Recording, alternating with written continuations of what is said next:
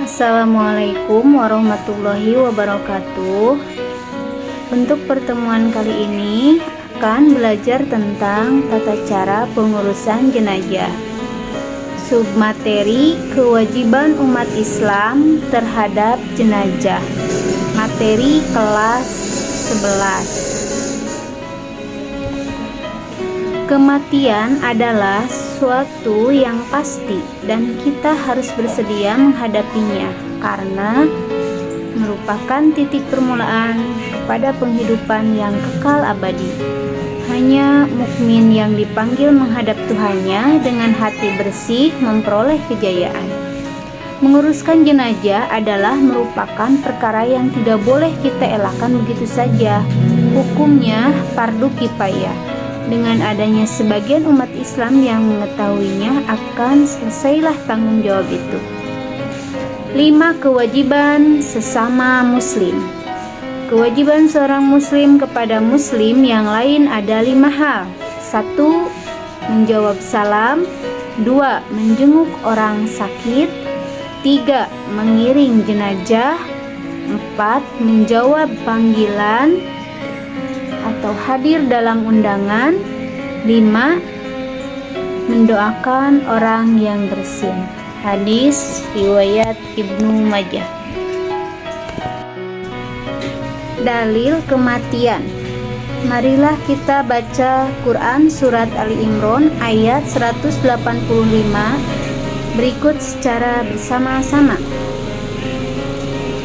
A'udzu billahi minasyaitonir rajim. Bismillahirrahmanirrahim. Kullu nafsin dha'iqatul maut wa innama tuwaffawna ujurakum yawmal qiyamah. Faman zuhziha 'anil nari wa udkhilal jannata faqad faza wa ma hayatud dunya illa mata'ul ghurur. Yang artinya setiap yang bernyawa akan merasakan kematian dan hanya kepada hari kiamat sajalah diberikan dengan sempurna balasanmu. Barang siapa dijauhkan dari neraka dan dimasukkan ke dalam surga, sungguh dia memperoleh kemenangan. Kehidupan dunia hanyalah kesenangan yang memperdaya. Salah satu cara untuk mengingat mati adalah sering-seringlah bertakziah atau mendatangi keluarga yang terkena musibah meninggal dunia. Mengurus jenazah mulai dari memandikan, mengkafani, menyolatkan, sampai menguburnya. Namun sebelum mayat itu dimandikan, ada beberapa hal yang harus diperhatikan, yaitu seperti berikut. Pejamkanlah mata dan mohonlah ampun kepada Allah Subhanahu wa taala agar atas segala dosanya. 2. Tutuplah seluruh badannya dengan kain sebagai penghormatan dan agar tidak kelihatan auratnya. 3. Ditempatkan di tempat yang aman dari jangkauan binatang. 4. Bagi keluarga dan sahabat-sahabat dekatnya tidak dilarang mencium si mayat. 4 kewajiban terhadap jenazah. Yang ke-1 memandikan, yang kedua mengkafani, yang ketiga menyolatkan, dan yang keempat menguburkan. Hukum menguruskan jenazah adalah fardu kifayah. Persiapan memandikan jenazah. 1. Syarat-syarat wajib memandikan jenazah. A. Jenazah itu orang Islam, apapun aliran, mazhab, ras, suku, dan profesinya. B. Didapati tubuhnya walaupun sedikit. Yang kedua, yang berhak memandikan jenazah adalah A. Apabila jenazah itu laki-laki, yang memandikan hendaknya laki-laki. Perempuan tidak boleh memandikan jenazah laki-laki kecuali istri dan mahramnya. B. Apabila jenazah itu perempuan, hendaklah dimandikan oleh perempuan pula. Laki-laki tidak boleh memandikan kecuali suami atau mahramnya. Apabila jenazah itu seorang istri, sementara suami dan mahramnya ada semua, suami lebih berhak untuk memandikan istrinya. Apabila jenazah itu seorang suami, sementara istri dan mahramnya ada semua, istri lebih berhak untuk memandikannya. Tata cara memandikan jenazah. Pertama, ditempatkan di tempat tertutup agar yang melihat hanya orang-orang memandikan dan yang mengurusnya saja. Kemudian, mayat diletakkan di tempat yang tinggi seperti dipan. Selanjutnya, dipakaikan kain basahan seperti sarung agar auratnya tidak terbuka. Kemudian, mayat didudukan atau disandarkan pada sesuatu, lantas disapu perutnya sambil ditekan pelan-pelan agar semua kotorannya keluar. Setelah itu, dibersihkan dengan tangan kiri dan yang memandikannya dianjurkan mengenakan sarung tangan.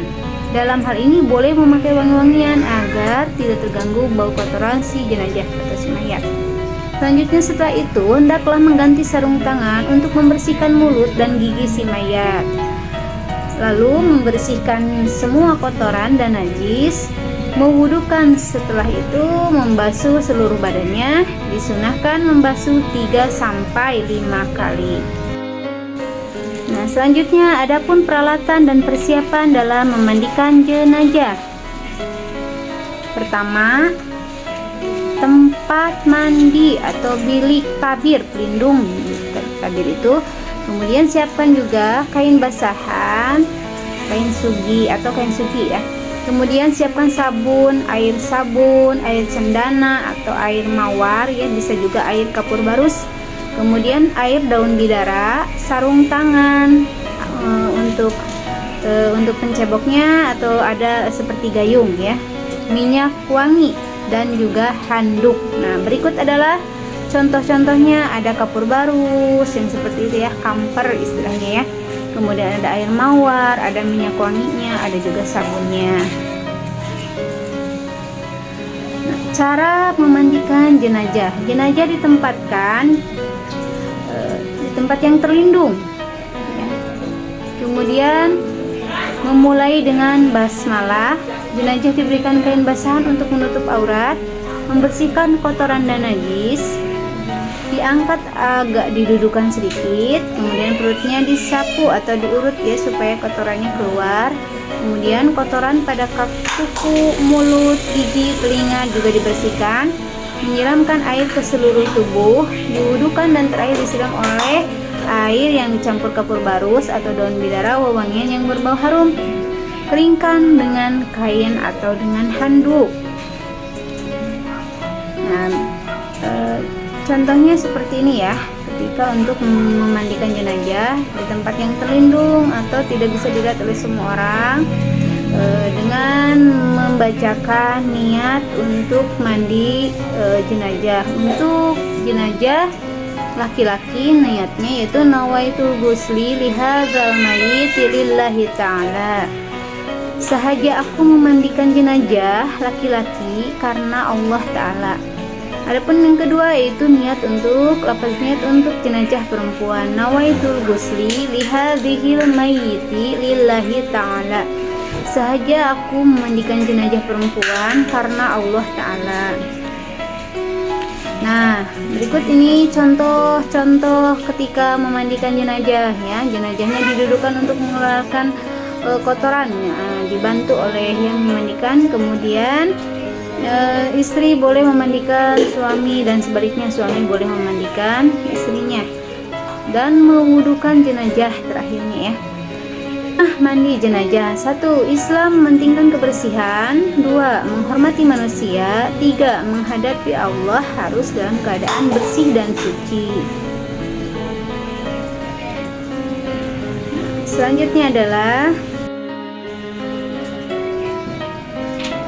untuk yang kedua dalam mengurus jenazah adalah mengkapani. Setelah selesai memandikan, jenazah selanjutnya dikapani.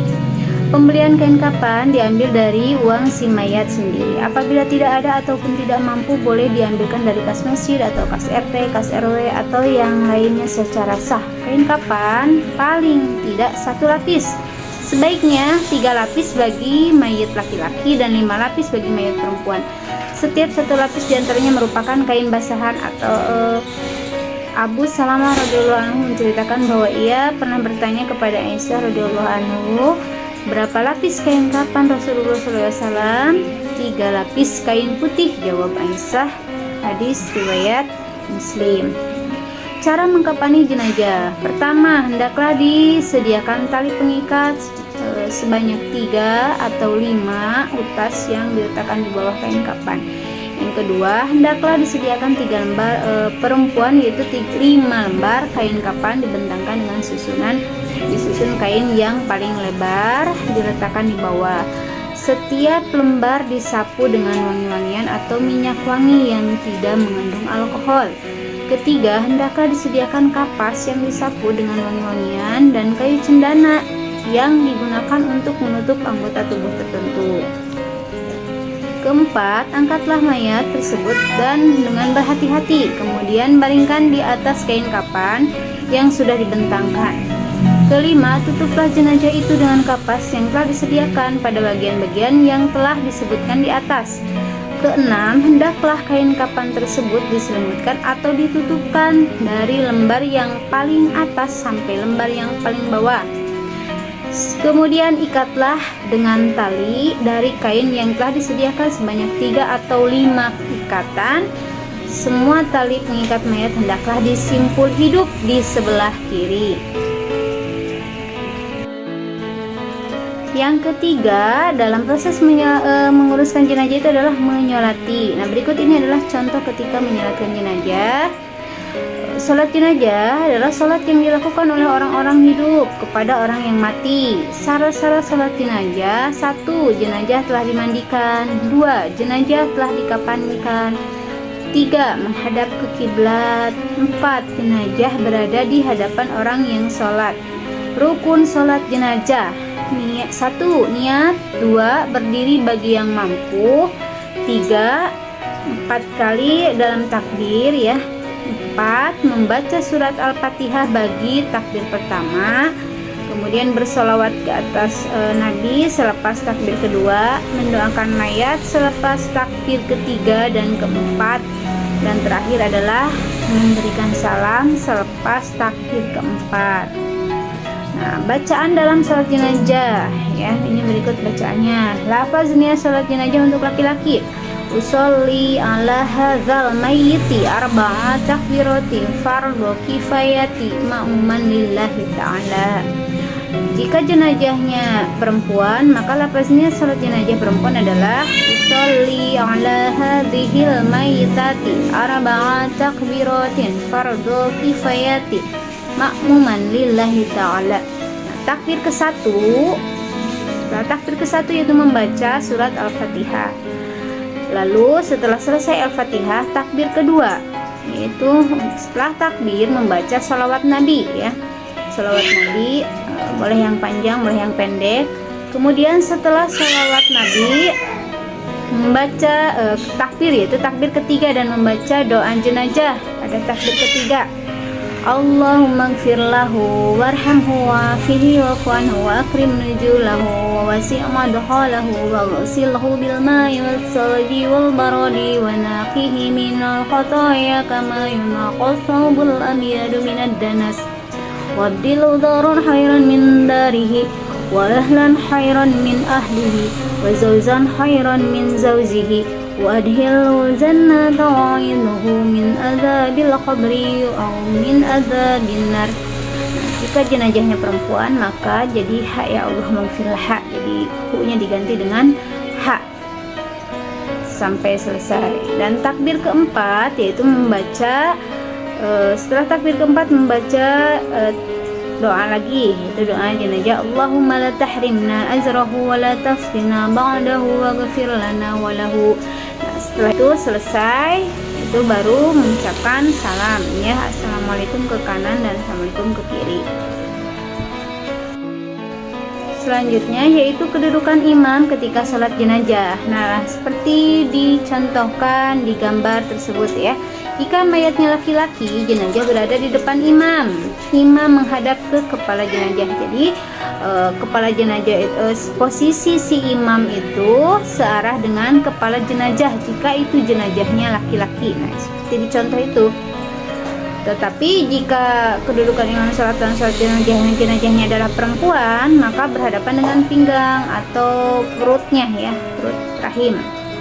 Jenazah kepalanya di sebelah kanan imam. Nah, itu diantara contoh itu ya, contoh ketika sholat jenazah perempuan. Kemudian doa bersama untuk jenazah setelah selesai sholat. Lalu apa hikmahnya? Hikmah sholat jenazah yang ke-1 adalah memberikan penghormatan dan kasih sayang kepada jenazah. Kedua, menimbulkan keinsafan. Ketiga, mohon rahmat Allah kepada jenazah. 4, mengeratkan silaturahmi dengan keluarga jenazah. Nah, selanjutnya adalah menguburkan. Nah, untuk tata cara yang keempat dalam proses pengurusan jenazah itu adalah menguburkan. Nah, sebagaimana ini ya contoh ketika menguburkan jenazah ke dalam liang kubur. Nah, itu yang terakhir ya, menguburkan. Pahala menyolati dan mengiringi jenazah. Dalam sebuah hadis riwayat Muslim, man shalla ala janazati walam yatabi'aha falahu qiratan fa in tabi'aha falahu qiratan qila wa ma qiratan qala asgharuhu ma mithlu uhud. Barang siapa menyolatkan jenazah namun tidak mengiringinya, maka baginya pahala 1 qirot. Jika ia sampai mengikutinya, baginya 2 qirot. Dikatakan, apa itu qirot ya Rasulullah? Qirot itu semisal gunung Uhud. Hadis riwayat Muslim. Tata cara dalam menguburkan jenazah. Yang pertama, tanah digali dan dibuatkan liang lahat sepanjang badan jenazah. 2 atau 3 orang di dalam kubur adalah laki-laki. Selanjutnya, saat menurunkan jenazah, baca doa Bismillahi wa ala millati Rasulillah. Kemudian selanjutnya makamkan dalam keadaan miring atau di dalam liang lahat yang menjorok ke pinggir sedikit ya di bawah. Kemudian selanjutnya tali pengikatnya dilepas, diberi glue atau bulatan tanah yang umumnya berjumlah 5 buah. Pipi kanan dan ujung kaki ditempatkan pada tanah, ditutup dengan papan atau bambu. Berdoa atau mendoakan dan memohonkan ampun untuk jenazah. Akhirnya inilah rumah masa depan. Firman Allah Subhanahu wa taala, "Qul innal mautal ladzi tafirruna minhu fa innahu mulaqikum tsumma turadduna ila alimil ghaib wasyahadati fayunabbi'ukum bima kuntum ta'malun." Katakanlah wahai Muhammad, sebenarnya maut yang kamu melarikan diri daripadanya itu tetaplah ia akan menemui kamu, kemudian kamu akan dikembalikan kepada Allah yang mengetahui segala yang gaib dan yang nyata. Lalu ia memberitahu kepada kamu apa yang telah kamu lakukan. Surah Al-Jumu'ah ayat 8. Hikmah menguburkan jenazah. Yang ke-1, agar tidak dimakan oleh binatang buas. Yang kedua, supaya tidak berbau. Yang ketiga, memuliakan jenazah. Itulah contoh daripada proses penguburan jenazah. Wa kafa bil mauta wal izza. Cukuplah kematian sebagai pemberi nasihat. Terima kasih. Wassalamualaikum warahmatullahi wabarakatuh.